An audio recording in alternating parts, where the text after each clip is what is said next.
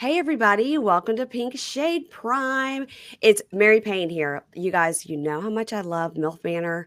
Covered all last season, covering this season. We love it so much. Deanna and I are having the best time covering it. Today, I'm so excited to have our personal star of MILF Manor. It's Lannette. Welcome, Lannette. Hi, thank you so much for having me, Mary Payne. This is a real treat. We are so excited. We love Lannette. We thought at the beginning we're like, Lannette's going to be a sleeper, but then you came out strong, and we love it. We love it. Thank you. Listen, I think Barbie was trying to be the star, but it didn't happen. Well, the show's not over. Okay. All right. Well, that's true. Now, okay, you got to tell me how you got cast on this show. How did this come about, and did you know it was going to be MILF Manor? First of all, I did not know it was MILF Manor until I was already in Toronto, and it was a day before shooting started. Wow. I got that surprise. I was told it was a different show, but kind of a similar concept with dating younger guys, older guys, medium-aged guys. But the way it all started is I got a message through Facebook on Messenger that said, and this was like 2 years ago. Oh, wow. 2 years ago. Yeah. Interestingly enough, my son and I auditioned for season 1 without realizing it was season 1. No way. Aren't you glad you weren't on there with your son? Oh my God. Well, it would just, that would have been a real unique challenge, to be honest. I don't think my son would have done well. And to the, producer's credit and the casting director, they saw that we weren't a good fit. So we didn't make the cut. Yeah. And I followed up with her like a few months later and just said, well, hey, obviously I know we didn't make the cut, but do you have any feedback for us? And she was really sweet. And she said, hey, this and that. And I said, okay, great. And she said, I'll keep you in mind if anything else comes up. And I said, okay, great. And I didn't really think anything of it. And then I guess this opportunity with season 2 came up, and she reached back out and said, hey, would you like to audition again? And I said, sure. And we set up a Zoom. It maybe ran 5-10 minutes, and that was it. Did you, when you saw that first season, were you thinking, oh my gosh, that would have been awkward? I had heard about it. I had never actually watched it. It wasn't until I came back from shooting that I was like, I'm going to check this out. And I watched the whole thing like straight through in one day. Yeah. And so, I felt good about our season. I know we had a lot more twists and turns, and I thought everyone would really be entertained. Yeah, the first season's interesting because it was so awkward, and the people on it were great. I just think nobody really was able too much to find a connection with anybody because your mom is there or your kid is there. So I think the way they did it this season was way better. There was still a twist, and we, as podcasters, we all guessed like, what's the twist going to be? What's the twist going to be? We didn't guess it. So they did a good job. Of course, I'm like, how are they going to do season 3? You got to keep thinking of ways to make it weird. Right. So I got to tell you, when the dads arrived, it had only been one day. So I felt, as we saw, it had only been one day. So I felt like they didn't let the young guys like get to know you guys first. And when that first happened, I was like, well, that's not really fair. But now I really like it because I feel like everybody's on equal footing. And I think, and I really like, being that I'm an older lady myself, I like that the older guys are really getting a chance, Yes. Absolutely. I have to tell you that this week on the podcast, we're going to cover Jacob from MILF Manor was on Bravo's Below Deck. So we're going to cover that. We're like, what a crossover. Right? He's getting it in. We're like, where's Ashley? That's who we want to see. Ashley was awesome. He's so cute. So cute. So much crying with these guys on this show. So much crying. I see. I didn't know any of that had happened because I'm watching this in real time, just like everybody else. Like this is the first time I'm seeing a lot of this stuff. Yeah. And it was really special. It was moving for sure. I think that's a kind of another twist that people haven't expected, that these older men who have been through some stuff are really showing their soft side, where normally it's kind of the women would talk about their feelings, but these guys really are. And I like that. I Like, do too. yeah. I really do. I think it's very relatable. And I think there are a lot of men that feel the same way, but maybe don't have the courage or, insight to admit it or talk about it. So I think that's great. Well, this asks another question. So when you Mhm. guys are there and they give you the phones, like I know it's kind of a little of a twist on the Love Island with the phones and we got to text and all that. But Mhm. like on Love Island and the phones, they're only allowed to text each other. Mhm. So I Exactly. wonder, are you guys only allowed to text each other? Mhm. Exactly. Right. We were confined, Okay. no internet access. I think some of them kind of snuck and did some things, Okay. um, but yeah, it was completely contained to the house. We had group chats, or you could, text directly to one another. So, Okay. So you could text each mhm. other. Okay. Well, that's good because sometimes you see people with phones and you're like, Mhm. who are they texting? Are they texting? Is she texting you on the couch like you do with your friend Right. at dinner, like across the room? Right. Okay, got it, got it, got it. Mhm. Okay, now I have a very important question. Okay. On the first day, you Mhm. guys had to do this maple syrup challenge.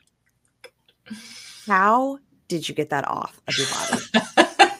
I was really careful not to get it in my hair because I told Steve, Yeah. I said, this does not go in the hair because that would have been a complete nightmare.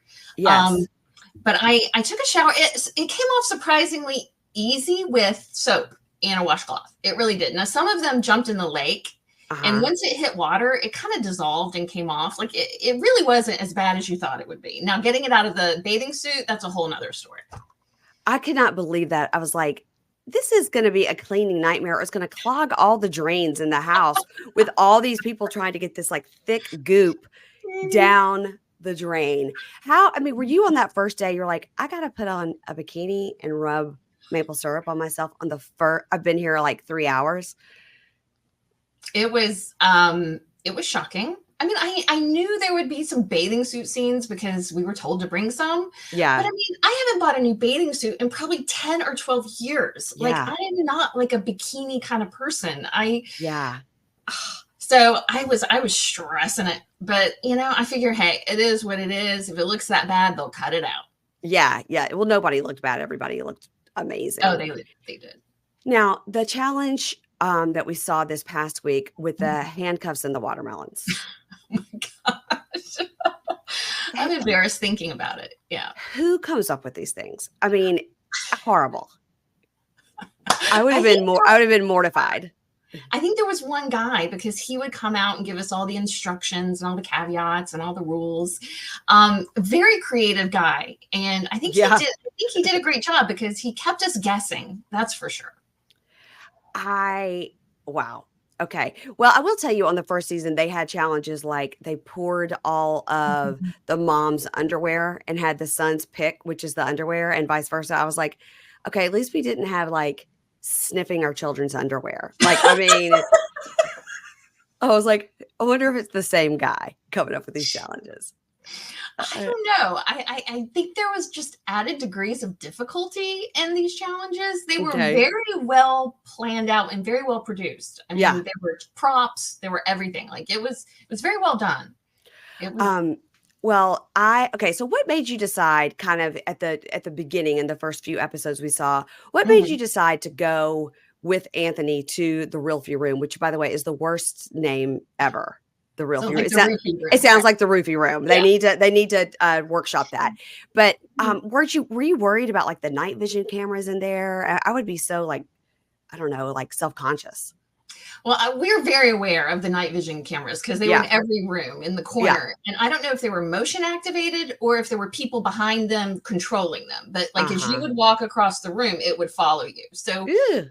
oh yeah. And so we were aware that they were there and we had an understanding going in. It's like, look, we're not doing the deed. Like this is Yeah. not going to happen. Mhm. First of all, it's a first date. I have kids. I have Yes. a career. I don't, Yeah. let's come on now. Yeah.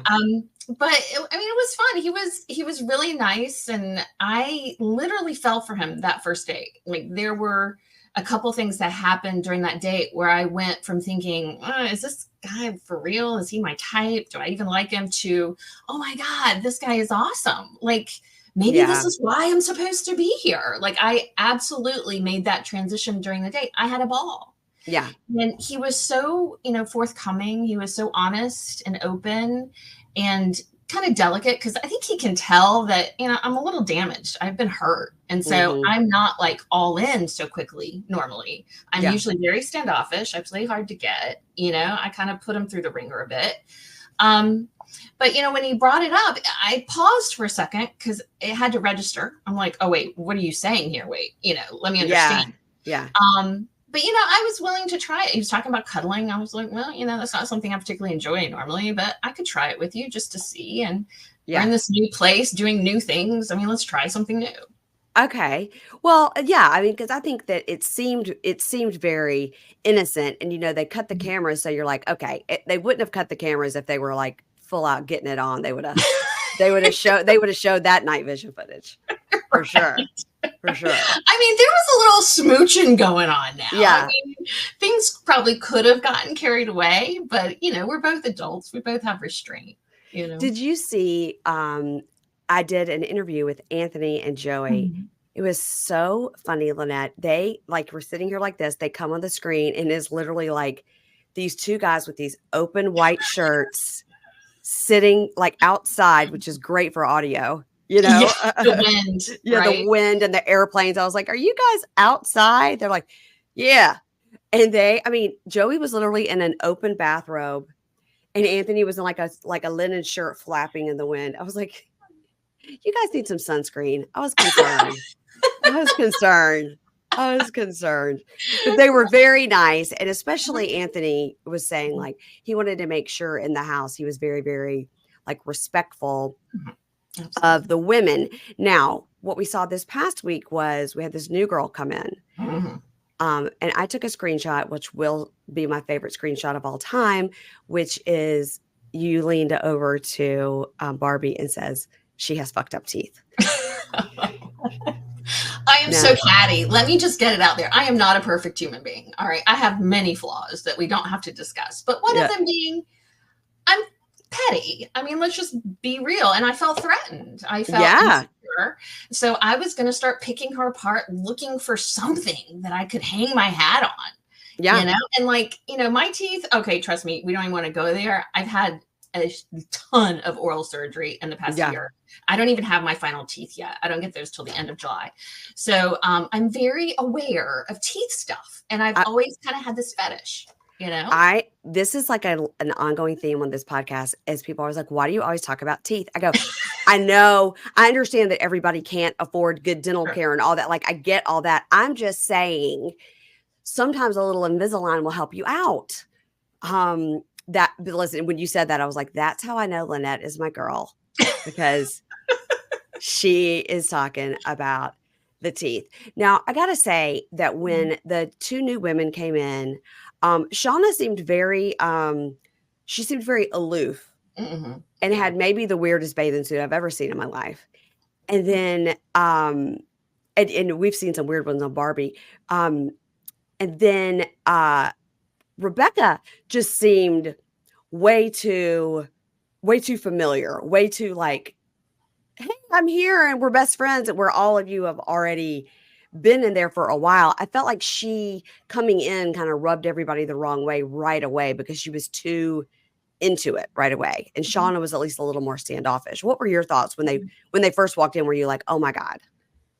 Well, I mean, the first thing you notice is like how they look, right? And they're beautiful. I mean, let's be real. I mean, they got banging bodies. They looked so young. I was like, what? Are we bringing in young girls now? I didn't realize how old they were. They don't look their age at all. Yeah. But yeah, there was some of that, like, hey, you've got to earn your spot here. Like, we've been through some trauma together. Like, we've all Mhm. trauma bonded. We're all good. And then here you are coming in acting like you own the place. Not cool.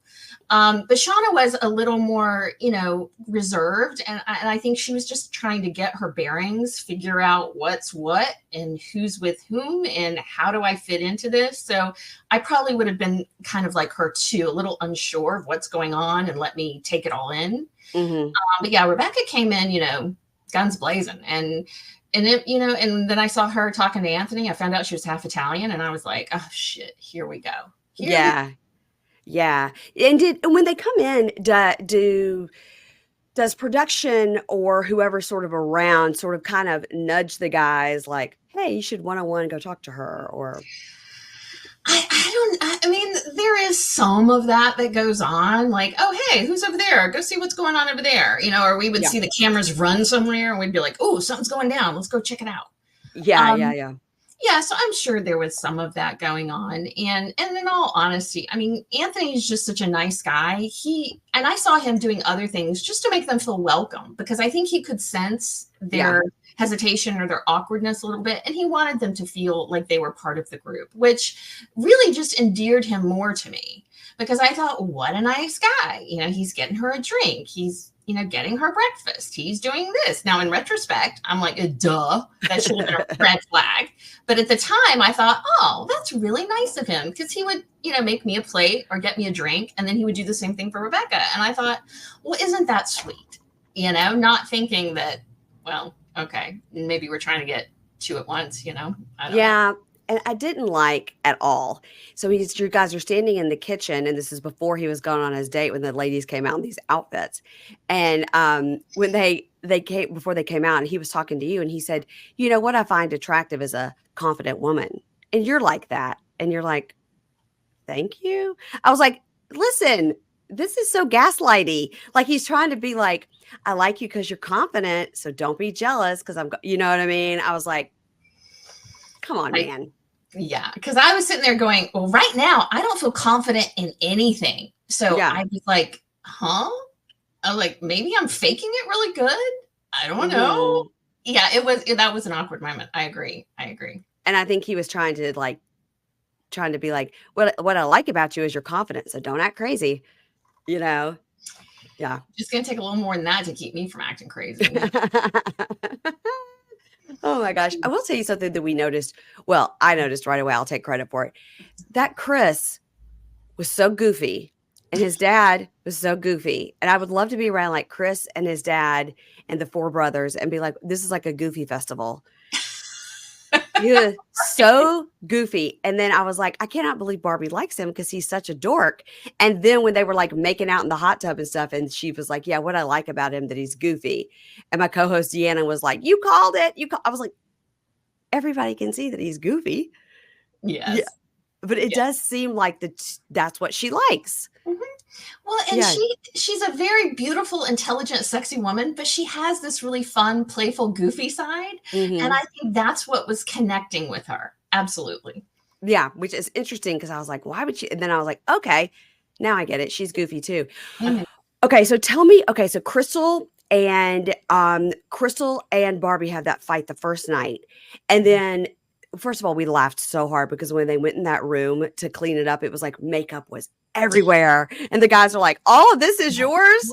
So what happened after that? Did you guys swap rooms or what happened? Yeah, they moved Barbie to another room down the hall.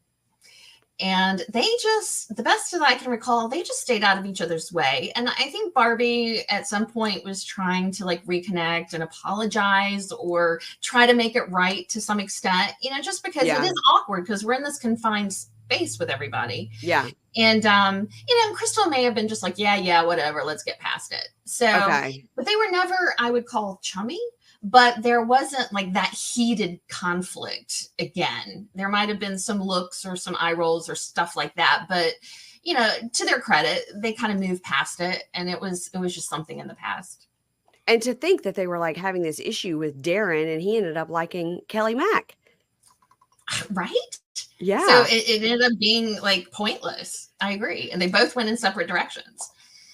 We thought Darren is so funny because he's always like, I love a dramatic woman. I love the drama. I was like, Darren needs to go be like on the Housewives and be like a husband on the Housewives. He loves the drama. Right. And I didn't know that because I don't see those interviews while we're filming, but it just cracked me up because I didn't see that coming because Darren is like very refined and very suave and very mature. I did not see that at all. It's kind of funny. I thought that was hilarious. He's like, I got to stay away from these dramatic women, but I really like it. I was like, oh, because what you normally hear men is, I don't like the drama. I don't like when women fight. I don't want to get involved. But Darren was like, I'd like to get involved. I'd like to. Oh, he's self-aware. I think the other men are just in denial. That's a great point. So let's talk a little bit about Miles and Stacy, because that was another sort of like deeper storyline that we weren't expecting on this show.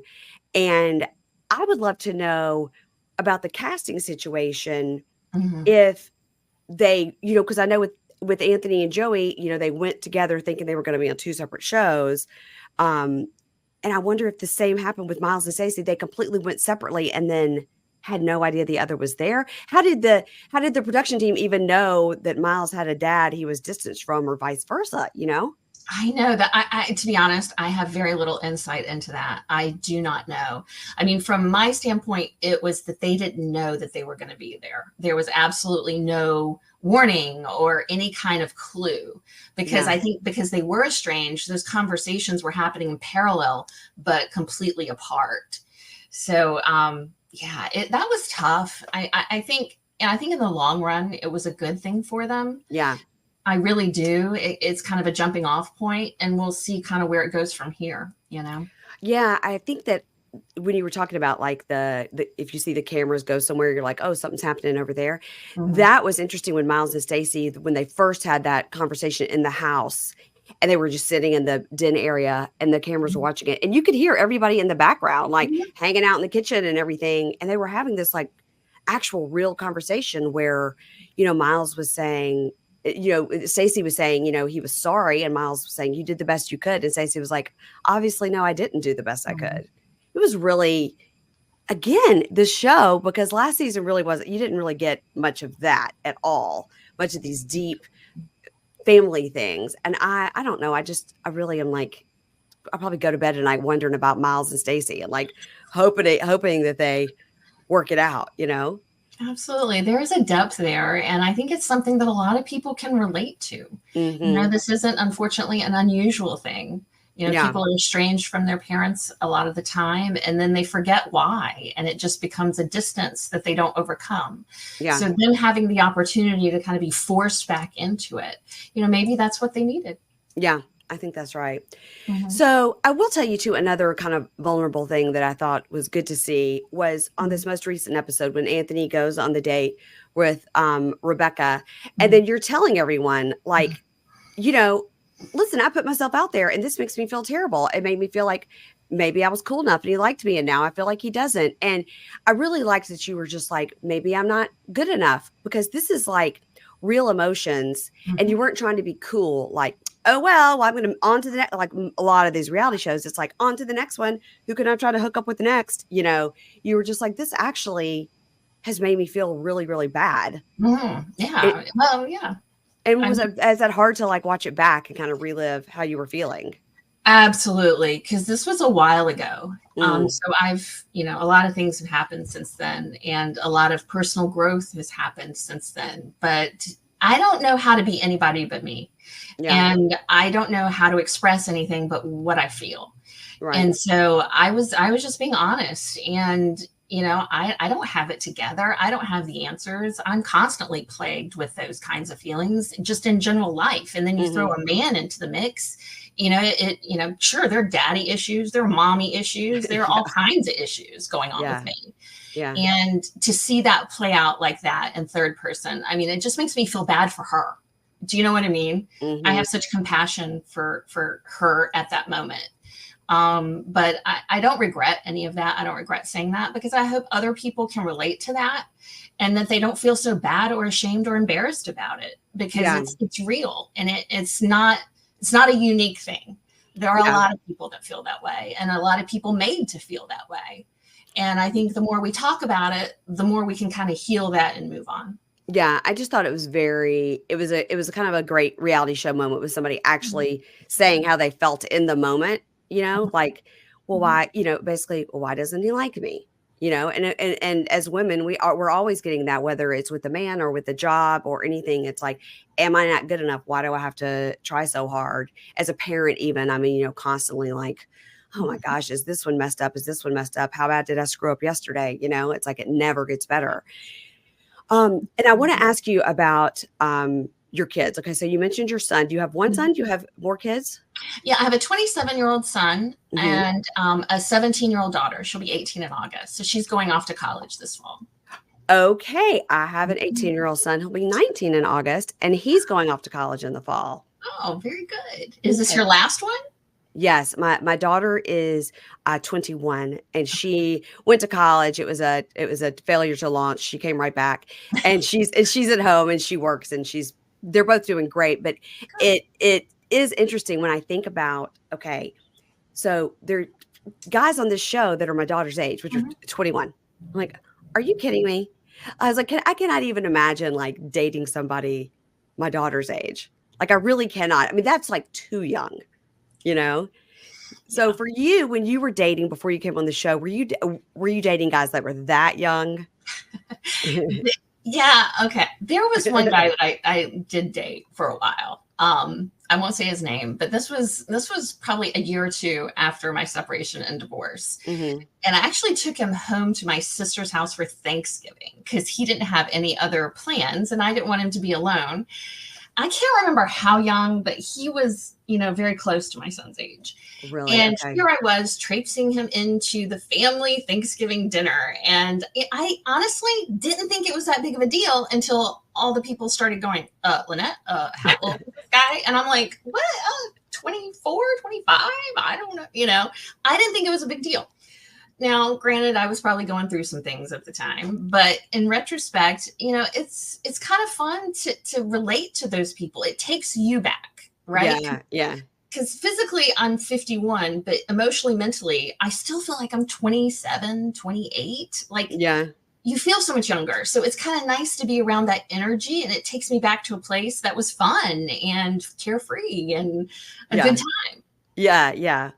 That's funny. Was your son around for that Thanksgiving? And he was like, "What are you doing?" Well, my kids were with their dad that Thanksgiving because we would Okay. alternate. So I had them for Yeah. Christmas. They were at Thanksgiving. So I didn't do that to them because that would have been epically difficult. So I just put my sister and her whole family through it. That is funny. That is Mhm. funny. Oh my gosh. So tell me, okay, so you told me about your kids. Tell me about, so you're in North Carolina. It seems Mhm. like they got a lot of people from North Carolina from this show. It seemed like North Carolina, North Carolina, North Carolina. Right. Because Michael, Chris's dad, lives in Uh-huh. Garner, which is like 25 miles from me. Okay. Yeah. Yeah. And Crystal is in Charlotte, which is like 2 hours away. Yeah. And then Christina, rather, she lived in New Bern. And a Okay. little inside track on this, she and I were friends. And I sent her to the casting director. So she can kind of thank me for getting her on the show. Wow. Yeah. Wow, that's interesting. Mhm. Okay. I was kind of wondering because all these people from, and then I was also wondering about Shauna and Rebecca. It seems like they were both from Chicago. Rebecca never said where she was from, but she sounded like she was from Chicago. I don't know where she's from. That's a good question. I'm not sure. I know that they didn't know each other prior because they were kind of bonding in the car on the way over to the house. Yeah, like what are we doing? Where are we going? What's Yeah. happening? Yeah. So all right, so what has been your job? What else do you do besides date young guys? Like, what do I do for work? Yes, yeah. Um, well, I will tell you, I've been in the IT industry for about 30 years now. Oh, So wow. I made that jump into the corporate world right out of college. I Yeah. needed dental coverage. Go Mhm. figure. See? So I sold my soul. No, but it's funny because before I left for an extended period, I did check with my HR department and I filed a conflict of interest inquiry because I wanted to make sure that what I was doing on the show, because obviously we are compensated, I didn't want it to be an issue for my primary job because Yes. that's important to me. And they came back and said, we don't have an issue. You've got plenty of PTO. Take all you need. We have two requirements. You do not state the company you work for, and you do not mention the industry in which you work, because it's kind of not a small industry, but you would probably figure it out pretty quick. Mhm. So I agreed to that. And then the funny thing is, people just go on LinkedIn and figure out where I work. Yeah. I didn't Yes. really kind of think that through too much, but I respected that privacy. But I've been in my current industry, which we'll say, it's cloud services, hybrid cloud services, information technology type stuff. Mhm. And I've been there for about 12 years in January. And then I was at my previous employer, which I can talk about because I'm not there anymore. It was Mhm. MCI Verizon. It was a telecommunications company. And I was with them for 15 years. I used to work for WorldCom. Oh, so you feel my pain, right? You saw Yeah, your yeah, 401k hit the toilet? Yeah. yeah. Oh yeah, Bernie Evers. Yeah, yeah, yeah. Bernie Evers. Well, R.I.P. Yeah. Um, Oh, that's well, cool. tell everybody where they can find you on social media. We love to Sure. promote our social media. Okay, great. Yeah, I'm on Instagram. It's pretty easy. It's Lannette.West. It's Hmm. Lann. It's a weird spelling, I know. I'm on Facebook too, but I tend to be more active on Instagram because I just have everything post from Instagram to Facebook. But it's probably best to find me there. Yeah, yeah. Lannette.West. And it's two N's and two T's. Right, right. Yes. Exactly. It's funny, we were doing our little promo for this week's episodes, like what was coming up. Hmm. And my producer sent it over and goes, "What does this look like?" And I go, "I feel like Lannette is spelled wrong." And then I sent it back and I go, "That is still wrong. Hold on." Because I was typing it with one N and she typed it with an I. I go, "None of these is right. Hold on." It's a weird spelling. So I went over to your Instagram to confirm. Well, I Confirm. appreciate that. I Yeah, I want to appreciate make sure we gotta make sure you get all the shout outs you need. it. And Thank you. everybody, MILF Manor is on Sunday nights on TLC. It is after HEA, and we're all watching HEA, so you may as well just hop over to that. Now, Lannette, do you watch any reality TV in your spare time? I'm kind of embarrassed to say I don't watch a lot of No? TV. Usually what I do is I put on the TV and I put it on Friends and I just let it continue through the seasons and it goes chronologically. I like have ADHD really bad. So I Okay. like to know the predictability, everything that's familiar. So I don't Mhm. watch a lot of TV. I watch sports and whatnot, but I've not been a big reality TV fan. But I can tell you this whole experience has made me have such a level of understanding and compassion for them that I'm Mm. probably going to watch now just to Yeah. like look at the psychological impacts and how people deal with it, you know? I would recommend start at season 1 and watch Welcome to Plathville. Oh, okay. Okay. That is a TLC show, and it is one of the best reality shows that's ever been in the history of time. And I will shout it from it's a total examination of this family, going from they're kind of in a fundamentalist kind of thing. And then some people leave, and then some people come back, and there's marriages, and people don't like it. And it's fantastic. Okay, noted. I'll do that. That'll Welcome give to me. Plathville. The new season comes back this summer, so you'll be all caught up. Oh, perfect. Thank Yeah. you. I With the appreciate friends and the sports, by the way, you could be married to my husband because that's all he watches. it. Hey, watch out. Friends and sports, friends and sports. Yeah. Okay, don't hang up, but everybody make sure you're catching MILF Manor on Monday nights. Follow Lannette on Instagram and follow me at Pink Shade Pod. Goodbye.